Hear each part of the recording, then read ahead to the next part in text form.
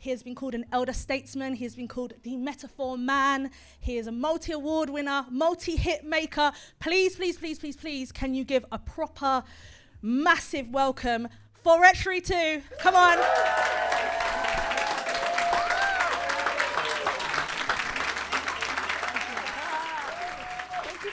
Thank you lot, thank you lot, thank you. So, I mean, I've got a lot I want to ask, but let's just start at the beginning, really, right? Before all of the accolades, before all of the awards, the achievements, where did it start? Just give us a bit of the lore, as the kids are calling it now. North London, Tottenham, I grew up. Yeah. And then my dad was a sound man and a DJ, like used to play reggae. So that means when we say a sound man, they used to make jeez. Yeah, they used to make their own speakers, and that was their sound. People would follow their sound throughout wherever they played. So my household was just filled up with records. So when we ate dinner, we were singing songs. When we were washing up the dishes, we were singing songs. When I was showering in the morning, was playing music. Like everything just came with music. And I think that helped me fall in love with this thing we call music. Then I just started experimenting, started writing, and I got better and better and better. And then a few mates of mine in my area were like, we're on a pirate radio station called Heat FM. And they're like, do you do grime? And I was like, not really, but I can, because I can write to anything. So I just started writing bare grime bars. Now I'm in the crew with these lot. We're on Heat FM, having clashes, performing in nightclubs. But I always I always had more to say than just the 8-bar lyric and passing the mic back and forth. Like I wanted to I was in love with albums. I wanted people to love my album. I was in love with songs. I really liked Jay-Z, I really liked Nas, I really liked Bob Marley, I really liked Phil Collins for his approach to music. Like I liked so many different genres of music and still am obsessed. That's like the key word, obsession. I'm sure a lot of people in this room can relate to that story, right? Of like from a kid just being immersed in music. So like this, if you think about the last 20 years, just music, the way we consume it, the way we make it has changed so much. Thinking about how it's changed, and you're still an active artist, right? 20 years down the line. Any advice for the challenges that we're facing these days? Or what are the challenges? Are you facing them? Are you right here with the rest of us navigating it? I think in this time, it's about survival of the genius. I think before your music had to be genius and that could be enough. Whereas now you can be a genius artist, but you don't understand how to put your music in front of people. And that can be a lack, and that might hinder your success. I think now you've got to be good at more things than just music. Whereas in my time, maybe if you were the best rapper, you kind of could get to a place where everyone in, the scene or a certain demographic will know that's, Gets, and he's the best lyricist we've ever had or whatever. Whereas now it's so competitive that you just have to put as much time in your campaign as you do making the music. Whereas I wouldn't say that was the case 19 years ago. The thing is, is to always stay in love with it, man. Like the longer you can stay in love with it, because it's not easy.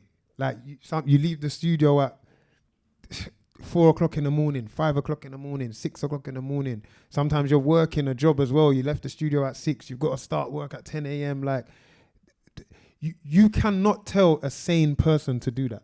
We have to be deranged, or obsessed. No. There's sometimes I'm in the studio and someone will call me and be like, "What time did you get in?" I'm like, "I'm doing 12 hours today." They're like, 12 hours? I'm like, "Yeah, I like to do 2 to 2. But when I say that to my brethren or my friends, they're just like, "Ain't that mad?" And then they come to the studio and like, "Bro, there's not even a window in here." And I'm like, but I don't even notice there's not a window in here because I'm so in love with what I'm doing. And it's like the longer you can stay in love, stay obsessed. Like people I've been making music with for years, we're still on the phone for hours about someone's verse. Like, oh, did you hear that? Da-da-da-da. Like, it's just the love, and the longer you have that feeling, I think the better. So I would really love to pick your brain a little bit about process. So you've talked about not writing on paper, but are there any other sort of techniques, approaches, things that you pull out to start a song, to get a song going? Like in regards to writing, I think very highly of myself. Like I really think, like I talk myself up. I say, bro, what you gonna go and say today? And then I say something and I'm like, wow. I wow myself every time. Like I love everything I write. Not everything, but most of the things that I am the guy. I am a star in my eyes. And I think that's a good place to start for every artist. Not to be deluded, but to be confident in what you have to offer. As well, stay switched on. Like, remember, the sponge doesn't wake up one morning and be like, today I'm not accepting water. Like, you can always soak the sponge. And we're sponges. We're vessels. So, in my mind, I'm always open to be inspired. Like, I never switch it off. Like, I always...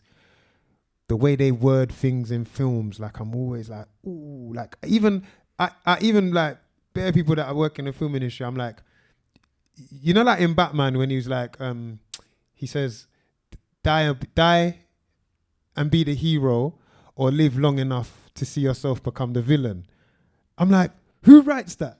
Like, that must be I can do that job. Like, you can tell me a scene and you can be like, yeah, we need to say this, but say it in a cool way. Like that, yeah, like I'm so inspired by literature, by words, by sentences that just stay open, like never. And it is a gift and a curse, because sometimes I sit at home and I'm like, someone's talking to me, but I can hear like the microwaves beeping, and I'm writing a verse to the beeps, but like someone's talking to me and I'm like, I sometimes I wish I could switch it off, like just for a second sometimes, you know what I mean? But that's the gift of it. 2 things pull you through this: obsession and curiosity. Obsession gets you to the studio. Curiosity keeps you there till 6 a.m. because you're wondering what else I could say on this song, or how I could add a melody, or how the instrumental could be different. If you have those things, you have all the tools you need. Obsession and curiosity. So I'm going to ask a question, give you like a little context question. Right? Basically, how do you get people to take you seriously? Because like, I'm kind of shy, but I've worked really hard to like get my skills to a level where I know I can back what I'm saying. I find it quite difficult to even get people to give me the chance. Rather than like to see what I've done, because I've put in all this work and stuff. Yeah. Do you know what? Do you know the sad thing? The sad thing is like people don't like to help in the beginning. Do you know what I'm saying? It's like nobody wants to push the car and then jump in it with you. They want to see you driving and be like, rah, you got a space, and jump into a move. Everyone likes a moving vehicle. You know what I'm saying? So I think it's just about getting the vehicle moving, man. Find a way. And you say you're shy. I don't think you're shy. A shy person can't speak in front of this much people. Impossible. Yeah. So I don't think you're shy. I don't think you're shy. And I think we have to be careful, because sometimes we'll put words. You know what I'm saying? Sometimes just saying that makes it come true later on. Do you know what I mean? Like, yeah. I'm bold. Exactly. But I'll always say, if you can change the word, it changes how it makes you feel. And I say that to say, like, sometimes what you're feeling is nerves. And it's nerves. Saying I feel nervous feels less heavy than saying I feel anxious. There's just something about the term that feels different. So I'm always careful with what word I use. You're not shy, man. You're a gangster. But I think it's just about getting the car moving, man. Get the car moving, and everyone will jump in. Then it's up to you if you let them in. But just whatever, like even in a time like this, like something like that is the type of, like, you saying, like, what does it take? Like, you just saying into your phone, what does it take to get people to listen?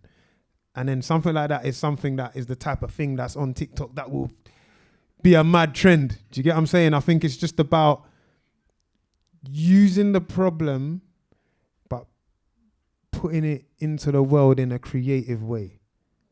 And you'll reap the rewards of that. Sorry, I'm bad with my R's.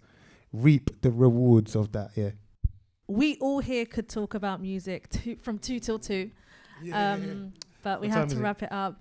But I just want to, extend a massive thank you to you, Wretch, for, again, being part of... Yes, let's give it up for Wretch.